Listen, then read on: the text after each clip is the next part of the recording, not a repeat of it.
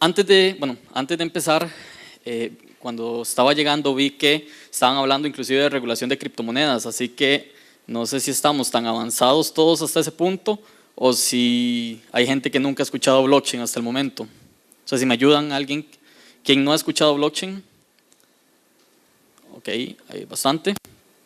Quienes creen o entienden bastante bien blockchain. Ok, bueno, somos los menos, entonces yo creo que va a valer la pena. Ya que es poco el tiempo, voy a tratar de condensar algunos temas y enfocarme más en el espíritu detrás de lo que habilita blockchain, más que en usos específicos, como en muchos casos se da cuando se habla de criptomonedas específicamente y demás. Esta slide siempre me gusta presentarla precisamente porque en este mundo de blockchain es hasta cierto punto muy apasionante para algunas personas y tenemos dos extremos tradicionalmente. Hay mucha gente que se pone del lado de los detractores que dicen no, esa tecnología no sirve, nunca va a evolucionar, es ineficiente y en algunos casos tienen certeza, pero si uno dijera eso de cada tecnología nueva, nunca avanzaríamos. Algunos lo dicen porque la tecnología amenaza su negocio como intermediación, otros lo dicen simple y sencillamente porque están en negación. Del otro lado tenemos los anarquistas, que es otro extremo bastante dañino, si se quiere, para lo que es el ecosistema de tecnologías, para algo tan nuevo y tan rápido que crece. Entonces nos vamos a mantener acá, en el medio durante la conversación y de hecho en el medio no voy a hablar tanto de criptomonedas, al igual que don Mario, yo también tengo mi opinión al respecto de criptomonedas y no es la mejor forma de adentrarse a esta tecnología porque a ustedes en su profesión les va a favorecer más entender blockchain como concepto que las criptomonedas per se. Y bueno, uno nunca sabe los problemas que puede traer este tema de criptomonedas, entonces mejor lo dejamos de ladito por el día de hoy. La razón por la que blockchain nace es por esto, simple y sencillamente por esto, por los datos. Porque la información hoy en día se gestiona, se almacena, se gobierna en una tecnología que no está hecha para sostener valor. Y hoy en día nuestras industrias completas, todas básicamente y de aquí en adelante aún más, se basan en datos digitales. Y el internet, la web no fue hecha para sostener valor. Es decir, si yo, y ustedes me imagino que lo vivieron en algún momento, descargan alguna canción, legal o ilegal, les cae en su computadora y la copian 20 millones de veces, por Bluetooth, por infrarrojo antes o por correo electrónico y nadie se da cuenta nunca. Porque ese archivo que descargaron no tiene valor intrínseco, es simple y sencillamente plasticina, es maleable. Está hecho para que uno pueda tomar algo y duplicarlo 10 millones de veces o eliminarlo. Entonces, a raíz de eso, todas esas industrias que sí gestionan valor en el mundo digital necesitan hacer inversiones millonarias, multimillonarias para poder mantener ese valor precisamente. Tomar una tecnología que es tan maleable como la plasticina y hacerla que sea tiesa, que tenga integridad, es muy costoso. Y en eso nos basamos básicamente todos los sistemas actuales hasta que nace blockchain. Entonces la relevancia de blockchain es por esto. No es por tratar de revelarnos y que no hayan bancos o que no hayan gobiernos, es por esto, simple y sencillamente porque tiene que haber un internet distinto, tiene que haber una web distinta y en muchos casos se habla de la web del valor o del internet del valor. ¿Por qué? Porque es distinto cuando yo tengo por ejemplo un billete de 1000 colones, yo no debería poder duplicarlo. En el mundo digital yo lo puedo hacer, si yo lo escaneo, lo agarro y lo duplico. En el mundo físico se supone que no, se supone que si yo tengo un activo, si tengo esto, no debería poder duplicarlo solo porque sí, en el mundo digital sí. Entonces, esta es la gran importancia de blockchain, los datos, y a partir de ahí es que vamos a conversar. Mucho se dice de que los datos son el nuevo petróleo y demás que se habla, poco se habla de cómo se gobiernan los datos. Y la relevancia de los datos va en que tomamos decisiones de vida o muerte, en muchos casos, con base a ellos. Y aún más se van a tomar decisiones de vida o muerte con sistemas autónomos, como inteligencia artificial, como internet de las cosas, que se basan simple y sencillamente en que se confía en esos datos. Cosa que no es nueva, hoy en día todos confiamos en los datos. Los datos tienen relevancia simple y sencillamente si podemos confiar en ellos. Si no confiamos en los datos no tienen relevancia. Es igual que el dinero, ¿verdad? El dinero tiene relevancia porque confiamos en ese registro que se lleva ahí, en ese papel y acordamos que tiene un valor específico, no significa que tenga valor necesariamente, es un papel al fin y al cabo. Sucede igual con toda la información. De hecho, si yo ahorita les digo a ustedes, quitando los que conocen blockchain y criptomonedas y demás, si yo les digo, tengo $2 millones, se los transfiero en este instante digitalmente, pero no puede pasar por un banco. Si removemos Bitcoin, blockchain y todas esas tecnologías, es imposible hacerlo. Necesito pasar por un ente tercero, por lo que se llama un tercero de confianza o un certificador, pero no solamente sucede en el dinero, sino que si yo les pregunto a ustedes qué profesión tienen y me dicen, bueno, abogado, yo le digo, bueno, no le creo, compruébemelo, y se les perdió el título, ¿qué tienen que hacer? Ir a ese ente que certifica que ustedes son abogados. Y constantemente sucede así. Si tienen el vehículo, a cada rato uno tiene que llevar el papelito que dice que uno es dueño de ese vehículo. Y se confía en ese ente certificador de esa información. Y hay casos más extremos, inclusive, ¿cómo sé yo que este hilo no viene de un proceso de explotación infantil? O que la botella que se tomaron ahora de una Coca-Cola no tiene algún tóxico. Confiamos en que hay certificadores y que hay terceros que simple y sencillamente dicen, sí, yo digo que eso pasó. O yo llevo esa información, pero hay casos bastante interesantes. De hecho, hay un ejemplo relativamente reciente de que una persona en Europa llegó y iba como a sacar un préstamo, una cosa así, y le dijeron que no le podían dar el préstamo porque salía muerto. En el registro de personas estaba muerto. Alguien se equivocó en un proceso burocrático y lo pusieron como que estaba muerto. Entonces fue a reclamar al gobierno y dice, no estoy muerto, estoy acá. Ocupo que me pongan vivo porque ocupo sacar ese préstamo. Y duró varios meses para que al final le dijeran no. Es decir, no actualizaron el registro por todo el proceso burocrático a pesar de que él tenía las pruebas enfrente. ¿Y por qué es eso? Es por la gobernanza de los datos. Esos datos deberían ser de él, deberían ser de todos nosotros, pero no lo son, hoy en día no lo son. Son de alguien que los custodia. Y ojo que esto es muy relevante, y aquí empieza el tema transformador de blockchain. En el mundo real no somos islas, pero en el mundo digital sí. Y estamos acostumbrados a que hay alguien, una isla grande, un banco, un certificador del gobierno, una universidad, que gestiona esos datos. ¿Qué pasa si desaparecen 3 ceros de su cuenta de banco hoy? ¿Qué hacen ustedes? ¿Cómo van ustedes y dicen, no, yo tenía 3 ceros ahí y ya no? El sistema es del banco, ellos llevan su información y constantemente suceden casos así. Para redondear el tema de la confianza, este es un caso que me gusta mucho contar porque me imagino que a varias gente le ha sucedido y probablemente también a conocidos de ustedes. Llega y les hacen una mala práctica en algún hospital. Se va y se hace el reclamo y resulta que se desaparece una parte del expediente. Y eso sucede a cada rato, con expedientes médicos, con expedientes judiciales, con expedientes de todo tipo.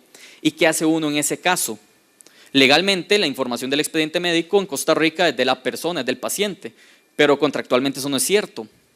Si yo necesito pasarme de un médico a otro médico, tengo que llevar los papelitos del expediente médico, aunque esté en el mismo hospital, llevármelo de un lugar a otro, porque ellos son custodios de esos datos. ¿Y qué pasa si yo voy a una farmacia o quiero ir a otro hospital? O si de repente digo, no quiero que este hospital tenga más mi información, no lo puedo hacer. Es muy importante que estemos conscientes de que hemos tenido un paradigma errado hasta el momento. Es decir, hasta el día de hoy hemos tomado decisiones basándonos en que digitalmente deberíamos ser islas y que los datos son nuestros y que nosotros es como si tuviéramos los datos ahí atrás. Yo soy un banco y yo le digo, no, tranquilo, confíen que yo mantengo sus datos. Cuando no es así realmente, no debería ser así. Cuando uno habla de valor, cuando uno habla de un celular, por ejemplo, la información del celular está ahí, en la vida real está ahí. En el mundo digital está dispersa entre un montón de participantes. Así que usualmente una cadena de valor, y por eso es que se habla tanto de blockchain en logística, para los que lo han leído, se ve como esto. Son un montón de islitas donde ellos se comparten información, comparten a veces certificaciones. Compañías como Nestlé pagan millones para poder certificar de que tienen seguridad alimentaria, pero al fin y al cabo el dato final que llega acá, que es la botella, está compuesto por información separada con diferentes dueños que a veces la comparten entre sí. Entonces cuando a este señor le llega esta información, él confía que el dato que dice que este señor incluyó es el que es y confía en que eso es así. ¿Por qué? Porque cada islita tiene su base de datos Y constantemente sucede eso, tampoco es nada raro. Hace poco en un lugar, un retail grande de acá, hubo un problema con un alimento, un pescado, ¿verdad? Que tenía un problema de calidad. ¿Cómo se le da trazabilidad a eso? Porque tienen que removerlos todos y porque no saben exactamente los que fueron. O cuando una manufactura de vehículos detecta un problema en su cadena, ¿por qué sacan toda la línea completa? ¿Por qué no saben exactamente al cliente al que le vendieron ese carro? Porque la información está dispersa en todo lado. No hay gobernanza de la información. ¿Y qué pasa si este señor hace algo que no debería hacer? Probablemente este señor se da cuenta, quién sabe cuánto después, cuando le caen los auditores. Dicen, es que el proveedor del proveedor suyo estaba haciendo tal y tal cosa, lo que le pasó a Apple hace poco. Porque todos son islas, eso es muy importante, no hay gobernanza de la información. Usualmente, un problema de la gobernanza y el control, hay información duplicada por todo lado, yo confío en que lo que me pasaron es lo que es, y si ya el otro lo cambia, yo como voy y certifico, ¿no? ¿Qué pasa si él me dice son 10 y entonces yo guardo 10? Pero este señor dice no, ahora son 8 y lo actualiza en su sistema, porque es así de maleable. En el mundo digital es así, si tengo suficientes permisos en la base de datos, lo cambié y digo que son 8. ¿Qué es lo que sucede? Nosotros los dos señores que estamos acá, nos vamos a una disputa y vamos a algún tercero que revisa los registros y toma la decisión si es cierto y quién es el que tiene los datos correctos, la versión de los datos correctos, siendo los mismos. Entonces, los datos tienen valor sí y solo sí, tienen seguridad, hay veracidad, hay durabilidad y tienen cierta velocidad. De nada sirve que los datos estén consolidando cada 6 meses, que hoy en día la mayoría de industrias se basan así. Muchas industrias en las que el PIB del país, por ejemplo, se basa como comercio internacional, dependen de reportes que a veces tardan un año en sacarse, porque los datos están totalmente dispersos. Y vean que no es un tema tecnológico lo que les estoy hablando, es un tema de gobernanza, simple y sencillamente. ¿Dónde deberían estar esos datos? Así que mi forma de, y me avisan, no sé, cuando vamos cerca de la hora por cualquier cosa, ese es un tema para hablar mucho. Así defino yo blockchain. Esta es la forma que a mí me gusta expresarlo a la hora de introducirlo. Para mí blockchain es una forma de almacenar, compartir y gobernar los datos.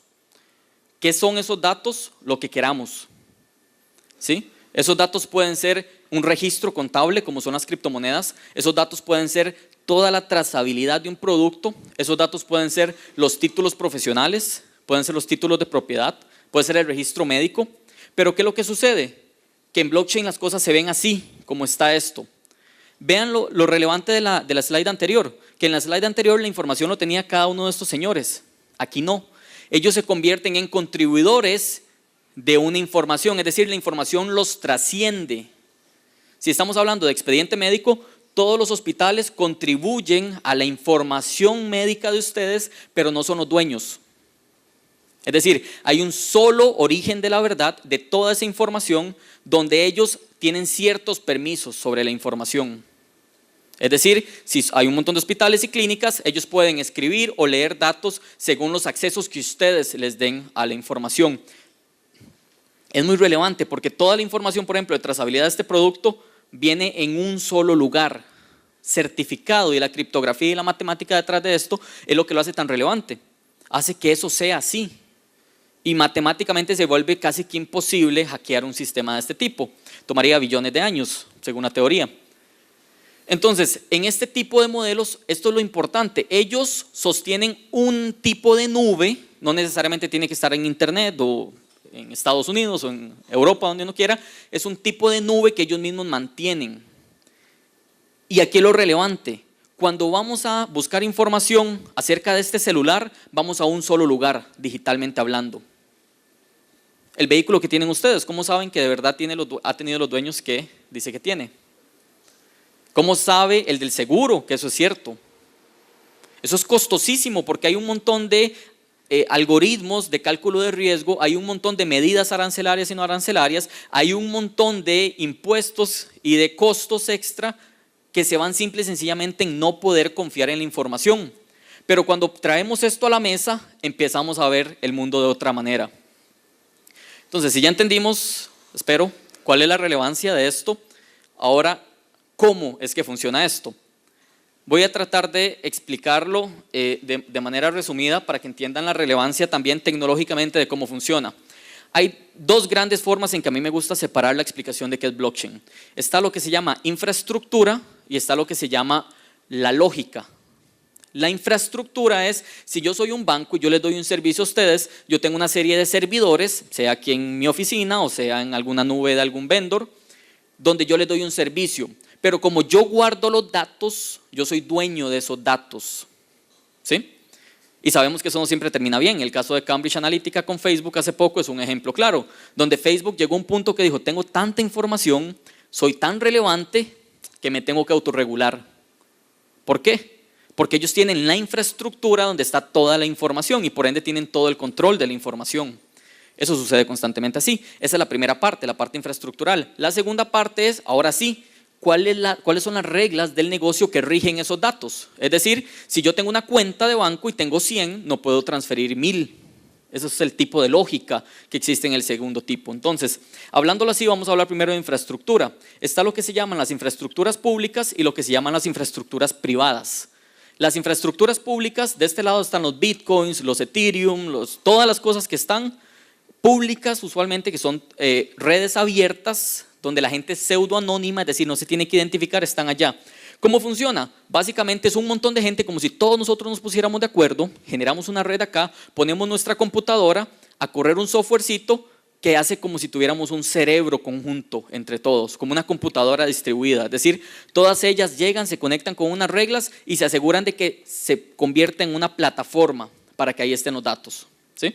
El tema es que a diferencia del ejemplo del banco donde yo les contaba que yo tenía los servidores, ¿verdad? Y yo por ende era el dueño de los datos, aquí lo que ellos hacen es simple y sencillamente poner el suelo. Ellos no son dueños de los datos. Lo que se transa ahí es lo que se quiera, es maleable, es dependiendo de la necesidad del negocio. Por eso es que se vuelve tan difícil de regular, precisamente, porque es una red de millones de computadoras en el mundo que ponen su poder computacional para sostener una plataforma. Que sea esa plataforma es totalmente abierto, legal o ilegal. Esa es la primera. Y la segunda son lo que se llaman las redes privadas. Las redes privadas, que de hecho es en lo que nosotros trabajamos en Cibú, son redes de participantes, usualmente compañías o organizaciones que se ponen de acuerdo porque les interesa tener algo similar a esto, pero privado.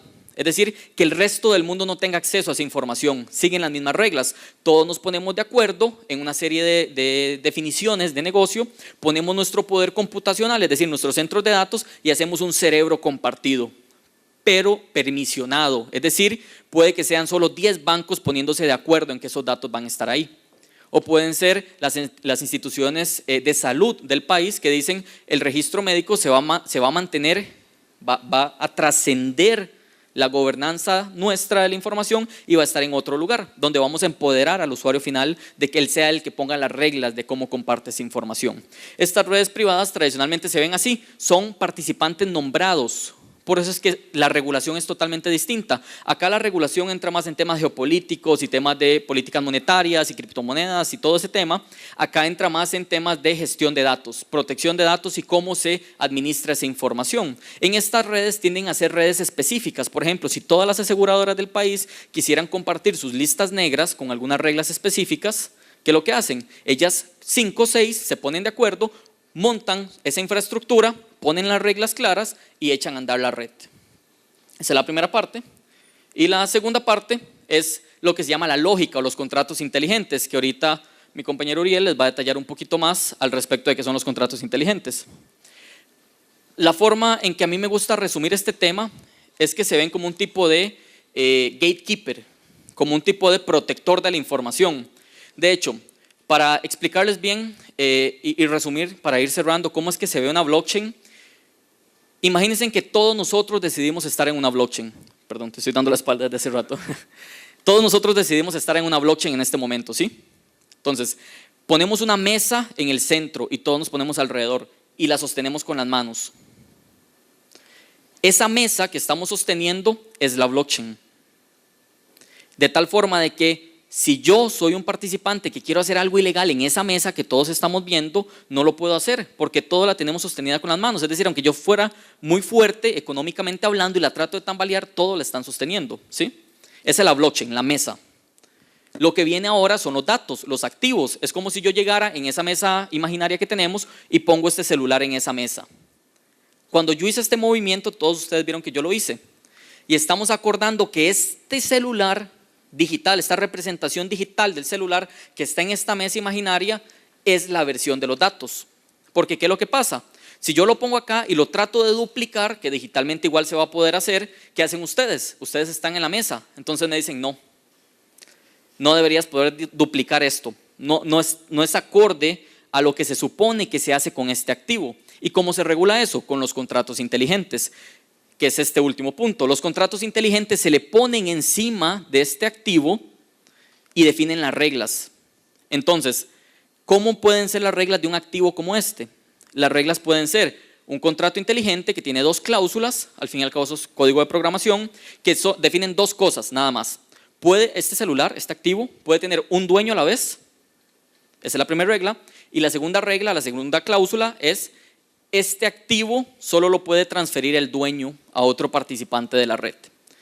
Eso es un código de programación que se les copia a todos ustedes que están sosteniendo la mesa, y cuando yo lo pongo en la mesa y lo transfiero a alguien, ustedes revisan el papelito y dicen, sí, está cumpliendo con las reglas. Pero si yo se lo transfiero a alguien y después lo intento volver a agarrar, porque está en la mesa, está ahí, está disponible para todos, yo lo intento agarrar, ustedes revisan el contrato y dicen, no, está haciendo algo ilegal. Porque el papel, el contrato inteligente está claro con las reglas de lo que se debería hacer. Entonces, ¿qué es lo que hacen? Simplemente rechazan la transacción que yo estoy haciendo. Eso es lo que permite llegar a un consenso entre un montón de participantes con respecto a un activo en el cual todos acordamos que representa un valor.